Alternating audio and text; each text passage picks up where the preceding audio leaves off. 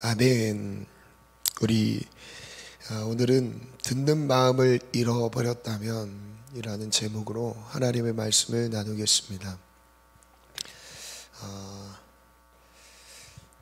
믿음은 결국 순종으로 나타나게 되어 있습니다.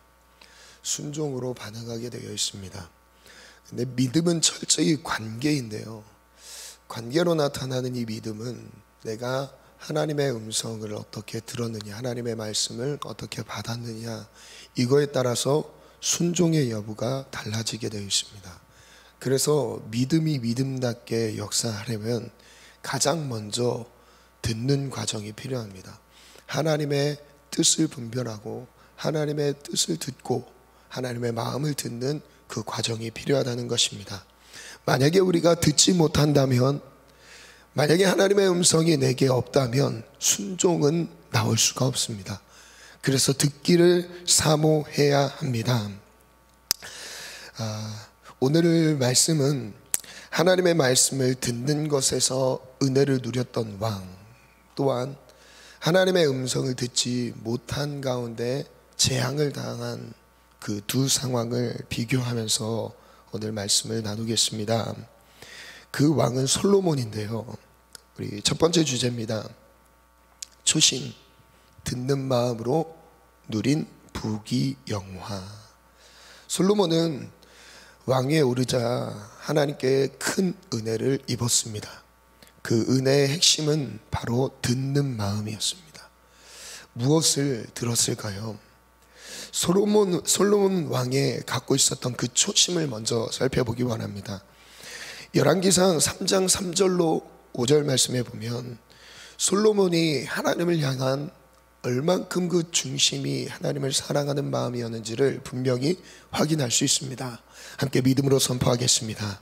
솔로몬이 여호와를 사랑하고 그의 아버지 다윗의 법도를 행하였으나 산당에서 제사하며 분향하였더라. 이에 왕이 제사하러 기브온으로 가니 거기는 산당이 큼이라. 솔로몬이 그 제단에 1000번제를 드렸더니. 잠시만요. 솔로몬이 3절 잠깐 띄워주시겠어요? 솔로몬이 하나님이 얼마나 좋았던지, 하나님은 그 사랑하는 그 마음을 가지고 하나님을 예배합니다. 우리가 하나님을 사랑한다면 하나님께 예배하게 되어 있어요. 하나님을 사랑하는 마음으로 엎드리게 되어 있습니다. 하나님을 높여드리게 되어 있습니다. 솔로몬은 여호와를 그 사랑하는 그 특심을 가지고 하나님을 예배하기 시작합니다. 그리고 심지어 4절에 보니까 솔로몬은 기브온 산당에 가서 1000번제를 드립니다. 어떤 형식적인 1000번제가 아니었습니다. 하나님을 사랑하는 그 마음이 너무 뜨거웠던 거예요. 그래서 하나님께 더 드리고 싶은 겁니다. 드리고 싶은 마음에 하나님 앞에 1000번제를 올려드립니다. 그때 이후 어떤 결과 나타났죠? 5절에 보니까 한번 읽겠습니다. 시작. 기브온에서 밤에 여호와께서 솔로몬의 꿈에 나타나시니라. 하나님이 이르시되 내가 내게 무엇을 줄고 너는 구하라. 하나님이 솔로몬의 꿈에 찾아왔어요. 솔로몬의 꿈에 찾아오셔서 말씀하십니다.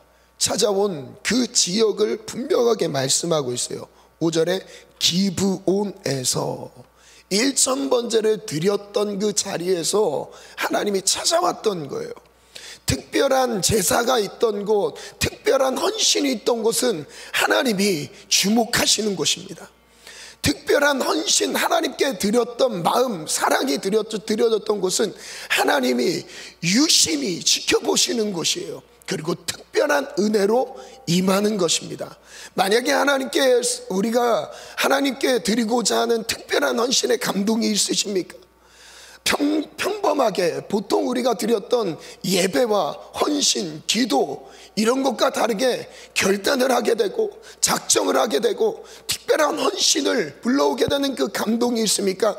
이것은 그 뒤에 나타날 하나님이 찾아올 준비를 하는 시간이라고 저는 생각해요. 오늘 말씀에 의하면 분명히 그것을 느낄 수 있습니다. 하나님은 솔로몬의 그 자리를 기억하고 있으셨어요. 솔로몬이, 다음 질문인데요, 솔로몬이 하나님께 무엇을 구했을까요? 하나님이 찾아왔을 때 무엇을 해주길 원하느냐? 그때 솔로몬은 무엇을 구하죠? 솔로몬이 가장 중요하게 여겼던 것은 무엇이었을까요? 이것은 무의식 중에 많은 생각을 하고 있는 가운데 고민하면서 나왔던 답이 아니었습니다. 꿈에서 바로 반응했던 거예요. 갖고 있었던 마음이 바로 나왔던 것입니다. 3장 6절부터 보니까요, 솔로몬이 이르되 주의 종 내 아버지 다윗이 성실과 공의와 정직한 마음으로 주와 함께 주 앞에서 행함으로 주께서 그에게 큰 은혜를 베푸셨고 주께서 또 그를 위하여 이 큰 은혜를 항상 주사 오늘과 같이 그의 자리에 앉을 아들을 그에게 주셨나이다. 7절에 보면 나의 하나님 여호와여 주께서 종으로 종의 아버지 다윗을 대신하여 왕이 되게 하셨사오나, 그 뒤에 나오는 고백은 솔로몬이 지금 이 자기가 당한 이 상황에 대해서 어떻게 인식하고 있는지를 분명하게 볼 수 있어요. 어떤 마음이 느꼈는지 한번 제가 읽어볼게요. 종은 작은 아이라 출입을 할 줄 알지 못하고. 솔로몬 스스로 작은 아이라고 여겼습니다. 왜 작은 아이라고 여겼을까요? 그 전에 아버지 다윗과 비교하고 있어요. 아버지 다윗은 하나님 앞에 쓰임받았던 왕이었어요. 그 나라를 든든하게 세웠던 왕이었습니다. 하나님이 다윗을 통해서 역사하신 것들을 들었고 보았어요. 그렇게 자랐어요. 솔로몬의 입장에서 그 왕위를 내가 이겼다는 것이 물론 욕심이 났는지 어떻는지는 모르겠지만 그 자체가 엄청난 부담감이었던 거예요. 그래서 하나님께 드렸던 고백은 무엇이었냐면 나는 작은 아이입니다. 이 종은 하나님 앞에서 종인 거예요. 사람 앞에서는 왕이지만 하나님 앞에서 자신의 정체성을 가지고 있었던 사람이었어요.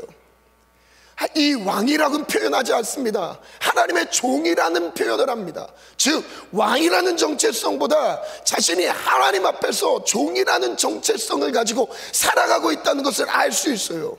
어떤 존재였어요? 작은 아이라. 작은 아이는 스스로 자기가 무엇을 판단하고 할 수 있는 그런 능력을 갖춘 사람이 아닙니다. 성장이 덜 된 거예요. 스스로 그렇게 여겼던 겁니다. 그 뒤에 이렇게 고백합니다. 8절부터 한번 읽어볼까요? 시작. 수요가 많아서 셀 수도 없고 기록할 수도 없사오니 누가 주의 이 많은 백성을 재판할 수 있사오리까? 듣는 마음 종에게 주사 주의 백성을 재판하여 선악을 분별하게 하옵소서. 솔로몬에게 가장 필요한 것은 무엇이었을까요? 생일 선물을 받듯이 그 날에 정말 중요한 날이기 때문에 나에게 하나님 이걸 주셔야 됩니다, 이런 느낌은 아니었던 것 같습니다. 이 위치 가운데 하나님이 세워주셨는데 이것이 엄청난 부담감인 거예요. 그리고 또한 이 부담감이 막중한 책임감으로도 이어져 있습니다. 이 많은 모래알 같은 많은 백성들을 하나님의 뜻대로 다스리려면, 하나님의 뜻대로 통치하고 이끌어 가려면 하나님의 도움이 절실했던 거였어요. 그래서 구했던 거였어요. 그게 바로 지혜였어요. 그리고 듣는 마음이었습니다. 그때 10절에 한번 읽어볼까요? 시작. 솔로몬이 구하매 그 말씀이 주의 마음에 든지라. 저는 이 듣는 마음이 무엇에 듣는 마음이었을지를 한번 묵상해 봤습니다. 듣는 마음이에요. 마음이긴 한데 듣는 마음이에요. 무엇을 들어야 됐을까요? 백성들의 소리를 들어야 됐을까요? 백성들의 마음을 들을 수 있는 지혜였을까요? 그건 아니었던 것 같아요. 왜냐하면 자신을 종으로 여겼잖아요. 자신을 작은 아이라고 여겼잖아요. 하나님의 음성을 듣는 마음이었을 것입니다. 왜냐하면 이스라엘 왕은 하나님과 이스라엘 백성 사이의 중재자의 역할인 거예요. 그래서 하나님의 음성을 듣고 그 음성을 가지고 민족 가운데, 이스라엘 백성들 가운데 이루는 것이 솔로몬의 역할이었습니다. 묵상 글을 적어봤습니다. 듣는 마음. 솔로몬은 듣는 마음을 구했습니다. 당시 자신에게 없었던 마음을 구했던 것입니다. 그 마음은 특별한 마음입니다. 이스라엘의 왕은 주변 나라와는 다르게 하나님의 통치를 백성들에게 이뤄야 하는 중재적 역할과 책임이 있었습니다. 백성들을 향한 하나님의 마음을 전해줘야 할 사명이 왕에게 있었던 것입니다. 그러니 자신의 마음으로는 백성들을 다스릴 수 없으니 하나님의 마음이 필요했습니다. 듣는 마음을 저는 다르게 표현하면 하나님의 마음이라는 느낌이 들었습니다. 세상의 주변의 다른 나라들은 분명히 그렇습니다. 자신의 권력을 가지고 자신의 뜻을 마음껏 펼칠 수 있는 자리가 그 왕의 자리였을 거예요. 지금도 마찬가지입니다. 세상의 권력은 그 권력의 자리를 가지고 자신의 뜻을 펼쳐갑니다. 그러나 그리스도인들은 어떤 영향력을 허락하시든지 어떤 직분을 허락하시든지 그 자리는 하나님의 뜻을 가지고 하나님의 나라를 이루는 자리지 내가 주체가 되는 것이 아닙니다. 내 뜻을 이루는 것이 아닙니다. 하나님의 뜻을 나를 통해서 이루는 역할을 감당하는 거예요. 그것이 바로 직분이고 역할인 것이죠. 오늘 우리가 하나님이 나에게 허락하신 모든 직분을 솔로몬처럼 그렇게 감당하기를 원합니다. 제가 이어서 읽겠습니다. 듣는 것은 마음에 달렸습니다.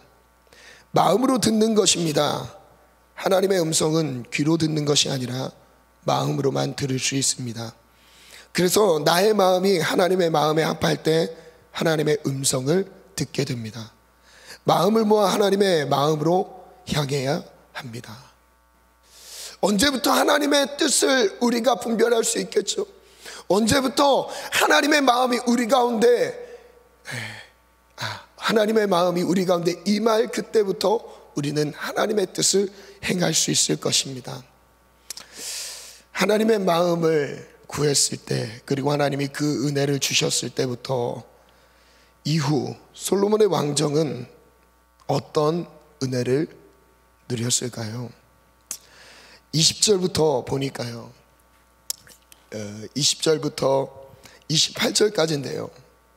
천천히 제가 한번 읽어볼게요. 솔로몬 왕이 그 나라가 솔로몬의 통치 가운데 있을 때 어떤 그 은혜를 누렸을지, 유다와 이스라엘의 인구가 바닷가에 모래같이 많게 되매 먹고 마시며 즐거워하였으며, 솔로몬이 그 강에서부터 블레셋 사람의 땅에 이르기까지 애굽 지경에 미치기까지의 모든 나라를 다스림으로 솔로몬이 사는 동안에 그 나라들이 조공을 바쳐 섬겼더라. 솔로몬의 하루 음식물은 하루 동안 먹는 음식입니다. 가는 밀가루가 30고루요, 굵은 밀가루가 60고루요, 살찐 소가 10마리요, 초장의 소가 20마리요, 양이 100마리이며 이게 하루 먹는 음식의 양입니다. 소 10마리요, 푸른 초장, 그 초장의 소가 20마리, 양 100마리를 하루에 먹었어요. 그 외에 수사슴과 노루와 암사슴과 살찐 새들을 먹었습니다. 24절, 솔로몬이 그 강 건너편을 딥사에서부터 가사까지 모두 그 강 건너편의 왕을 모두 다스림으로 그가 사방에 둘린 민족과 평화를 누렸으니 주변 나라와 평화를 이루었던 왕입니다. 분쟁이 없었어요. 갈등이 없었어요. 싸움이 없었습니다. 솔로몬이 사는 동안에 유다와 이스라엘이 다네스도 브엘세바에까지 각기 포도나무 아래와 무화과나무 아래에서 평안히 살았더라. 솔로몬의 그 지혜, 솔로몬이 듣는 마음을 구한 이후 하나님이 그 통치 안에서 무엇을 주셨대요? 끊임없는 하나님의 은혜를 허락하셨어요. 오늘 이것이 솔로몬이 누린 그 은혜가 우리의 삶 속에서도 누려지기를 원합니다. 솔로몬의 병거의 말 외양간이 4만이요 마병이 22,000명이요 그 지방 관장들이 각각 자기가 맡은 달에 솔로몬 왕과 왕의 상에 참여하는 모든 자를 위하여 먹을 것을 공급하여 부족함이 없게 하였으며 또 그들이 각기 직무를 따라 말과 준마에게 먹일 보리와 꼴을 그 말들이 있는 곳으로 가져왔더라. 즉 풍족해서 가축들도 많이 먹었다는 겁니다. 한번 정리해봤어요. 솔로몬이 누린 영화를 간단하게 정리해봤습니다. 첫 번째 한번 읽어볼까요? 시작. 이스라엘의 인구가 가장 많았다. 두 번째, 이스라엘 역사상 가장 넓은 영토를 차지했다. 세 번째, 주변 나라들이 조공을 바쳤다. 네 번째, 가장 풍요로운 음식물이 있었다. 다섯 번째, 주변 민족의 침략이 없었다. 여섯 번째, 가장 강력한 국방력을 자랑했다. 일곱 번째, 최초의 성전을 건축하는 영광을 얻었다. 여덟 번째, 창조의 섭리를 깨달아 아는 지혜를 가졌다. 창조의 섭리, 하나님이 만드신 모든 만물의 섭리를 알고 있어서 주변 나라에서 그 지혜를 듣기 위해 몰려들어왔습니다. 아홉 번째, 가장 부유했다. 많은 금을 보유하였고 모든 무기와 그릇까지 금으로 만들었다. 금으로 다 도배합니다. 그 정도로 부유했어요. 무엇 때문에요? 듣는 마음이요. 자, 반전이 일어납니다. 두 번째 주제예요. 변심, 듣지 않는 마음이 부른 재앙.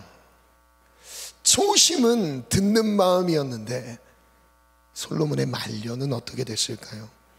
질문입니다. 솔로몬 왕이 마음을 지키지 못한 이유가 어디에 있었을까요?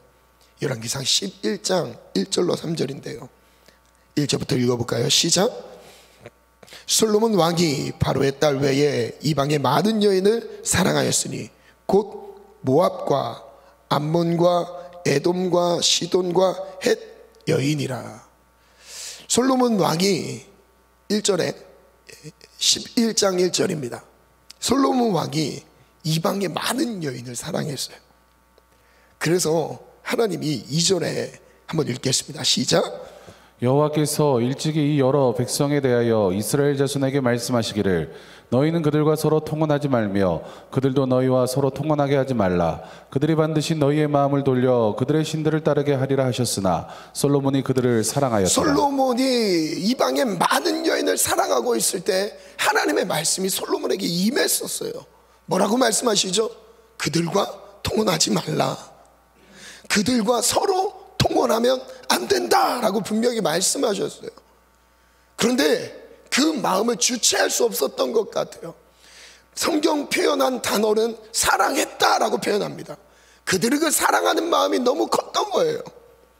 그래서 하나님이 왜 말씀하셨죠? 2절에 보니까 너희의 마음을 돌려 그들의 신을 따르게 하리라. 우상 숭배를 하게 될 거라고 말씀하셨어요. 그래서 통혼을 금지시켰던 겁니다. 너의 마음이 온전하게 나를 향하지 못하게 될 것이라는 것을 주님은 염려하셨던 거예요. 그런데 솔로몬은 어떻죠? 3절에 왕은 후궁이 700이요 첩이 300명입니다 주변에 1000명의 여자들을 거느리고 있어요. 그런데 하나님을 섬기고 있습니다. 좀 뭔가 이상하지 않습니까? 하나님을 섬기고 있는데 타협되어 있는 부분들이 있어요. 하나님을 섬기는 모양은 갖추고 있는데 보이지 않는 어느 한 부분부터는 조금씩 독버섯처럼 번져가고 있습니다. 어쩌면 이것이 우리의 마음일 수 있어요. 그의 여인들이 왕의 마음을 돌아서게 하였더라. 왕의 마음이 이때부터 돌아서게 됩니다. 어디로부터요? 하나님을 향했던 마음이 돌아섰던 거예요. 마음을 계속 다루고 있어요. 마음이라는 단어가 솔로몬이 처음 통치를 할 때도 나왔고요. 말년에 하나님으로부터 돌아서게 되는 그 과정에서 마음이라는 단어가 계속 나옵니다. 행위가 문제가 아니었던 거예요. 먼저 근본적으로 솔로몬의 마음이 문제였던 겁니다. 온전히 하나님을 바라보지 못했던 마음이 문제였던 거예요. 질문이에요. 솔로몬의 마음이 돌아섰던 이유는 무엇이었을까요? 4절부터 보니까요, 분명하게 돌아섰던 이유를 설명합니다. 함께 읽겠습니다. 시작. 솔로몬의 나이가 많을 때에 그의 여인들의 그의 마음을 돌려 다른 신들을 따르게 하였으므로 왕의 마음이 그 아버지 다윗의 마음과 같이 아니하여 그의 하나님 여호와 앞에 온전하지 못하였으니, 솔로몬이 나이가 많아졌을 때, 즉 힘이 빠졌을 때, 그때부터 무슨 일이 벌어지죠? 주변에 있었던 많은 이방 여인들이 이제 솔로몬을 꼬드기기 시작합니다. 미혹시키기 시작해요. 그래서 우상을 섬기도록 만들어버렸어요. 그 내용을 보니까 5절, 이는 시돈 사람의 여신 아스타롯을 따르고 암몬 사람의 가증한 밀곰을 따름이라. 우상들을 따랐던 거예요. 우상도 질비했습니다. 심지어 어떻게 되죠? 6절, 솔로몬이 여호와의 눈앞에서 악을 행하여. 솔로몬이 어디에서 악을 행했대요? 여호와의 눈앞에서, 목전에서 악을 행합니다. 그의 아버지 다윗이 여호와를 온전히 따름과 같이 하지 않았다고 말씀하셨어요. 7절, 모압의 가증한 그못들을 위하여 어디에서 제사를 지냅니까? 예루살렘 앞 산에 산당을 지었어요. 예루살렘은 어디입니까? 정성을 다해 성전을 지었던 곳이에요. 정성을 다해 헌신했던 곳, 그 근방에 우상을 섬기고 있습니다. 이런 일이 있을 수 있을까요? 있을 수 있어요. 마음이 돌아서면 하나님을 섬겼던 그 자리에 우상을 세울 수 있는 위험 요소가 우리 안에도 있다는 거예요. 다시 한번 읽어볼게요. 모압의 가증한 그못을 위하여 예루살렘 앞 산에 산당을 지었고, 또 암몬 자손의 가증한 몰록을 위하여 그와 같이 하였으며, 그가 또 그의 이방 여인들을 위하여 다 그와 같이 한지라. 이 표현이 정말 중요합니다. 이 우상 숭배를 한 이유는 무엇이었냐면 이 여인들을 위하여라고 해요. 하나님의 영광을 위하여 그 자리에 올랐던 솔로몬 왕이 어느 순간부터 하나님의 영광을 위한 선택과 결정이 아니었어요. 누구를 위하여? 함께하고 있는 여인들을 위하여 결정하기 시작합니다. 판단력이 흐려지기 시작했어요. 분별력이 사라지기 시작했어요. 하나님이 영광을 받으셔야 되고 하나님의 중재자의 역할로서 하나님의 뜻을 선포해야 되며 하나님의 마음을 전해줘야 되는 그 위치에서 무엇을 하고 있습니까?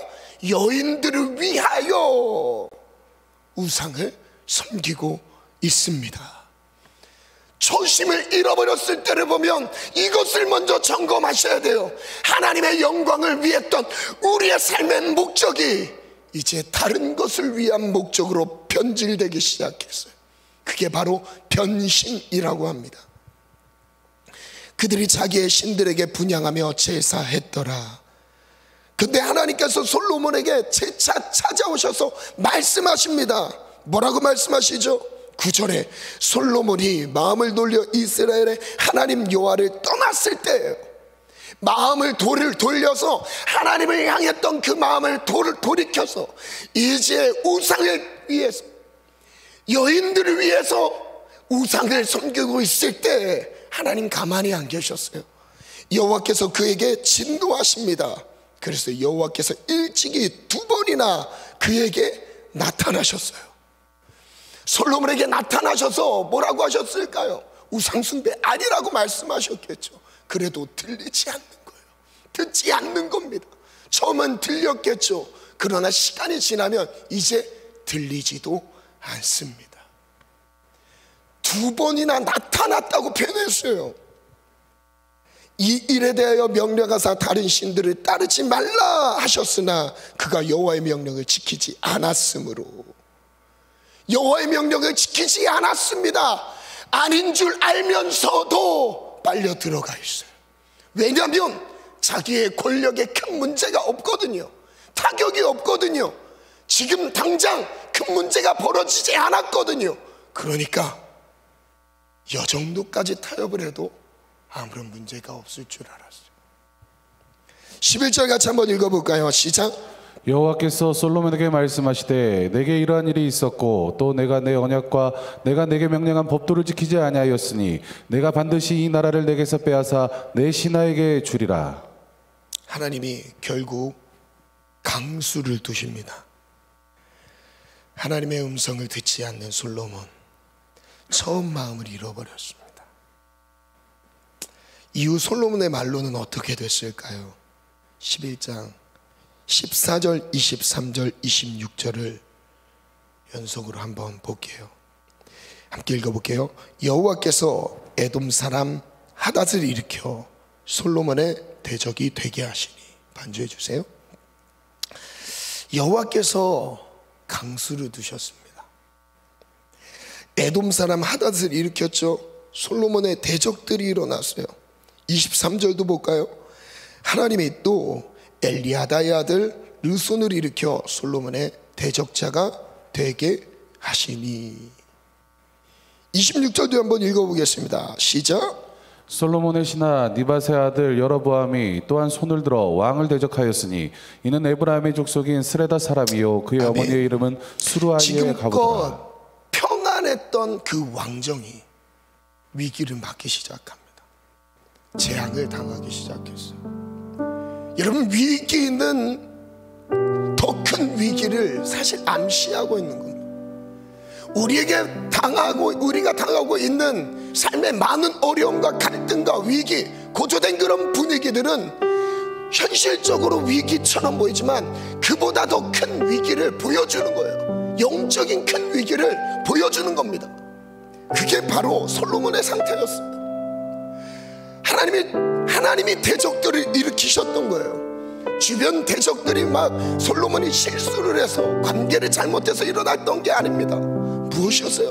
하나님과의 관계가 문제였던 거예요. 대적들이 일어날 때, 갈등과 어려움이 생겼을 때 가장 먼저 점검해 보셔야 될 게 있어요. 하나님과의 관계.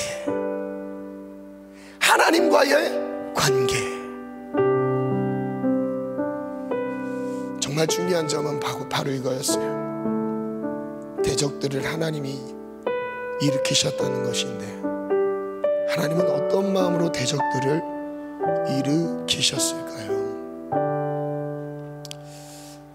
너 우상을 섬겼으니까 혼 좀 나봐라, 이런 마음이었을까요? 아니면 어떤 마음이었을까요?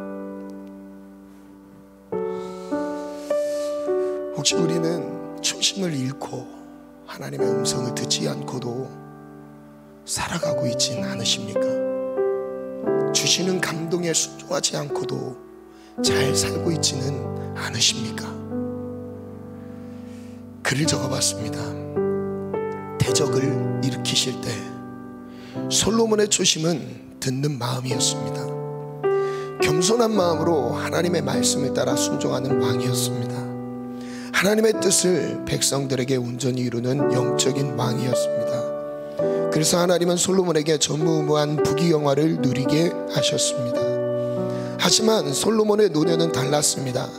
많은 이방 여인을 아내로 삼고 그 여인들이 섬기는 우상 숭배를 따르기 시작했습니다. 우상을 따르지 말라 하나님은 명령하십니다.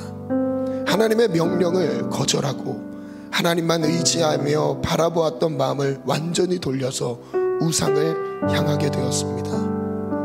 이제 하나님은 이전과 다른 음성을 준비하셨습니다. 저는 이 문장을 쓰면서 하나님의 마음이 느껴졌어요. 온몸을 자극하여 다시 돌이키고자 대적들을 일으키십니다. 또 다른 음성인 거예요. 소리로서의 음성을 듣지 않으니까 이제 온몸이 자극이 되면서 돌이켜야, 그렇게라도 돌이키고자 하나님이 자극시키시고 계신 거예요. 대적을 일으켜서 불편한 상황들을 만들면서 우상을 치닫고 우상에게 향하고 있는 그 마음을 돌리고자 하시는 하나님의 마음이 느껴지지 않으십니까? 단순한 재앙이 아니라, 벌이 아니라 하나님이 지금 솔로몬을 부르고 계신 거예요. 말해도 듣지 않으니까 대적들을 일으켜서 위기 가운데 경험하게 하시는 거예요. 그 끝까지 그 영혼을 추적해 나가고 계시는 하나님 아버지의 마음입니다. 변심한 솔로몬에게 재앙이 시작되었습니다. 평생 태평하던 나라에 대적들이 일어났습니다. 충신까지 배반하며 왕위를 위협합니다. 이 모든 대적을 하나님이 일으키셨습니다. 중요한 것은 듣는 마음입니다. 하나님을 향한 마음입니다. 만약 내가 하나님을 대적하는 자리로 옮긴다면 하나님은 나에게 대적을 일으키셔서 재앙을 만나게 당하게 하십니다. 뜻하지 않는 어려움과 갈등으로 고통을 당하게 하십니다. 우리는 이때 먼저 점검하셔야 돼요. 혹시 나는 우상을 섬기고 있진 않는가? 혹시 초심을 잃어버리진 않았는가? 듣는 마음을 상실하진 않았는가? 언제요? 대적들이 일어날 때. 하나님이 대적들을 일으키실 때 기억해야 합니다. 다시 마음을 돌이켜 하나님만 바라보라는 자극적인 또 다른 음성이라는 것을 말입니다. 그러니 초심 듣는 마음을 회복해야 합니다.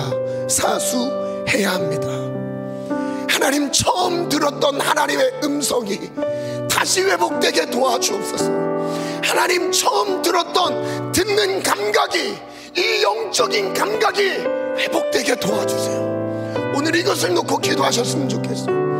이 새벽을 깨울 정도의 신앙을 그런 열심을 갖고 계신, 그 깊이를 갖고 계신 우리 성도님들이라면 분명히 하나님의 음성을 들었던 경험들이 있을 것입니다. 그 처음의 감격, 처음의 깊이 하나님 회복되게 도와주시옵소서. 기도하겠습니다. 하나님의 마음을 제 삶 속에 회복시켜 주옵소서. 초심이 회복되기 원합니다. 듣는 마음이 회복되기 원합니다. 세상이 너무 좋아서, 유혹이 너무 좋아서, 그리고 여러 가지의 것들로 인해 마음을 빼앗겼던 그 한 가지가 있다면 오늘 주님의 십자가의 보혈 앞에 내려놓고 처음 마음을 회복시켜 주시기를 원합니다. 하나님, 듣는 마음을 회복시켜 주옵소서. 예수님 이름으로 기도합니다.